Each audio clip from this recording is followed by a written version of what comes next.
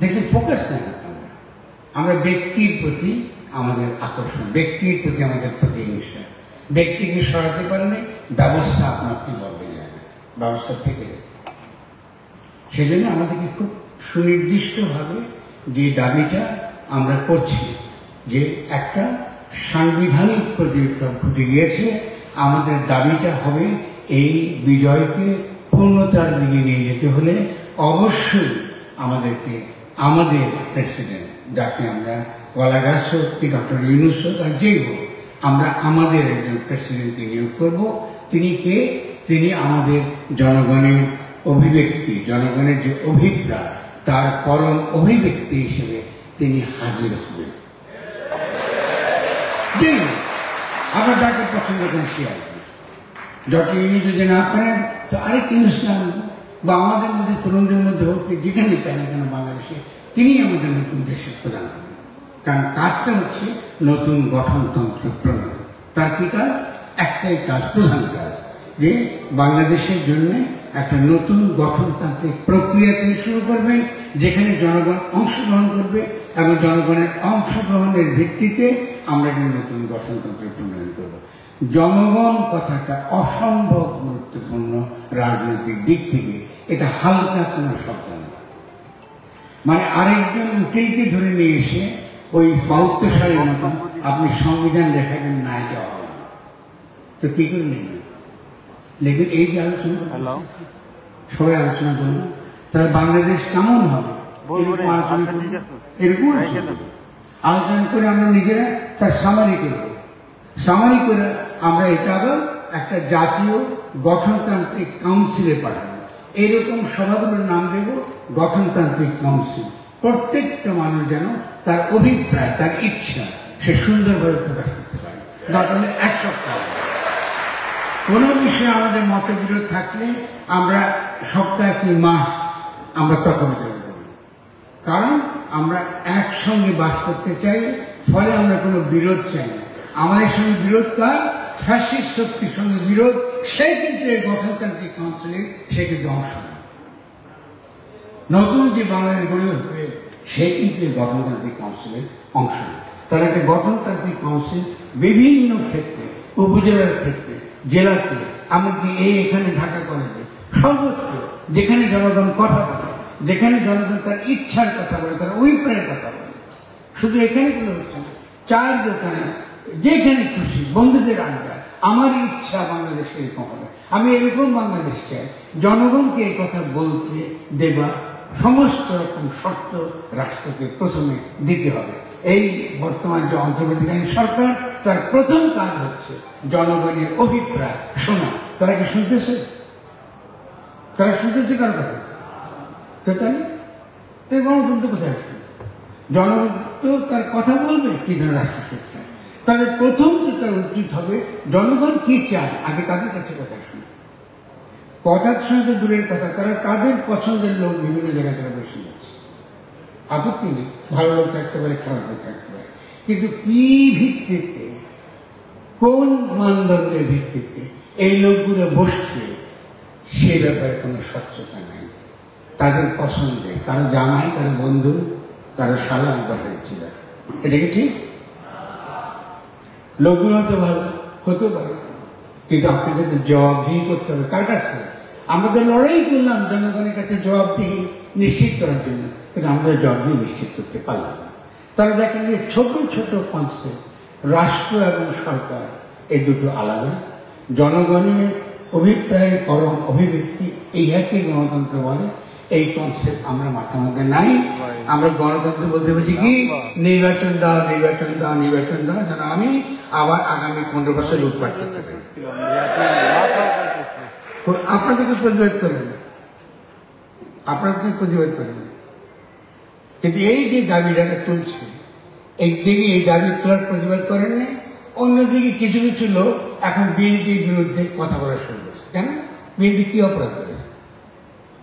BNP ভুল বলতে করতে পারে, সমালোচনা করে, তো বিএনপির কোনো অবদান নেই এই গণঅভ্যুত্থানে? বিএনপির কর্মীরা কি অংশগ্রহণ করে না?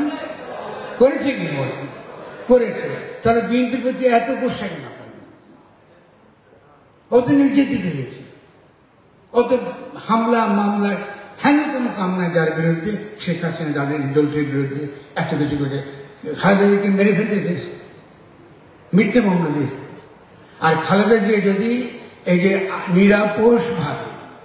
নিরাপোষভাবে এই ফ্যাসিস্ট শক্তি সাজানো নির্বাচনকে প্রত্যাখ্যান না করতেন, বৈধতা না দিতেন, এই গণঅভ্যুত্থান হতো না। এটা স্বীকার করতে হবে আপনাদের।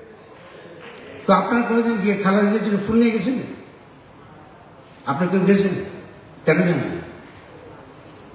উনি তো লড়ে গেছেন আপনার সময়, কেন জানেন? তার মানে আপনার অকৃতজ্ঞ। একটা মানে দীর্ঘ লড়াই করবে নিজের মতন করে, তার দলের মধ্যে কিন্তু ভালো লোক নেই, কারো কথা তিনি শুনেননি। তিনি অসুস্থ অবস্থায় এই দীর্ঘ লড়াই করে গেছেন। কেন? এই ফ্যাসিস্ট শক্তিকে তিনি বৈধতা দেননি, এবং তার যে নির্দেশ অমান্য করে একবার নির্বাচনে যারা গেছে এদেরকে আপনারা চিনেন না, কিন্তু আমার তাকে ফুল দিতে চাই না, যাওয়া ছিল। তাহলে এই যে দেখেন আমাদের অন্যায়, যখন আমরা যার যে অবদান যদি সেই জন্য তাকে আমরা স্বীকৃতি না দিই, এটা কিন্তু অন্যায়। বহু মানুষ আপনারা ছাড়া বহু মানুষ দেশ ত্যাগ করেছে, বিদেশে বসে বসে বিভিন্নভাবে ইউটিউবের মাধ্যমে, প্রচারের মাধ্যমে, ক্যাম্পেইনের মাধ্যমে আপনাদেরকে উজ্জীবিত রেখেছে। তাদেরকে তো আপনাকে কৃতজ্ঞতা করেননি। এই সরকারকে বলেন না যে এদেরকে স্বীকৃতি দিতে হবে, এরা আমাদের গুরুত্বপূর্ণ ভূমিকা পালন করেছে, এদের কাছে আমরা কৃতজ্ঞ। আমরা করিনি। তাহলে যখন আমরা এটা করি না, তখন কিন্তু আমাদের এই রাষ্ট্র গঠনের প্রক্রিয়াটা মারাত্মকভাবে দুর্বল হয়ে যায়। আবার শত্রু কিন্তু প্রবেশ করতে শুরু করে, বিভিন্নভাবে সে প্রবেশ করতে শুরু করে। ঠিক আছে? এখন তার পাশাপাশি কিন্তু খেয়াল করেন, আমরা গুমঘর থেকে আমাদের অত্যন্ত প্রিয় আজমির সাহেব, জেনারেল, অত্যন্ত শ্রদ্ধাবাদন, আমরা তাকে পছন্দ করি। তিনি বেরিয়ে এসে আমরা একটা কথা বললেন, যে কথাটা কিন্তু এই মুহূর্তে আমাদের মধ্যে বিশৃঙ্খলা তৈরি করে। এটা বলার কিন্তু দরকার ছিল না, যে রবীন্দ্রনাথের জাতীয় সঙ্গীত আমরা এখন চাই না। এটাকে বলার সময়, এটা কি প্রবলেম আমাদের জন্য? জাতীয় সঙ্গীত হতেও পারে, আমরা জাতীয় সঙ্গীত নাও যেতে পারি, সমস্যা নেই। কিন্তু রবীন্দ্রনাথ কি হয়েছিল? রবীন্দ্রনাথ তো একটা হিস্ট্রির অংশ। আমাদেরকে বাংলা ভাষায় কথা বলতে দেওয়া হয় নাই, আমাদেরকে রবীন্দ্রসঙ্গীত গাইতে দেওয়া হয় নাই।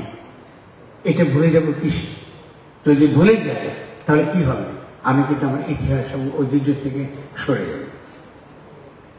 রবীন্দ্রনাথ ব্রাহ্ম ছিলেন, ব্রাহ্ম বুঝলেন?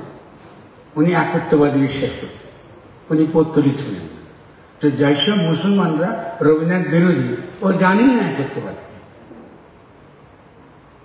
তার যে যোগ্যটা, এটাও কিন্তু পারস্যের যোগ্য, পারস্য থেকে আনা।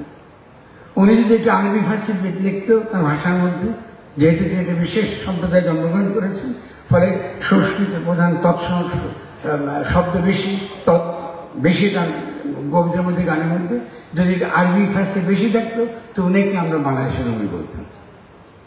তো রবি কি দোষ করছে আমার? সেটা ঐতিহ্যের অংশ রে ভাই।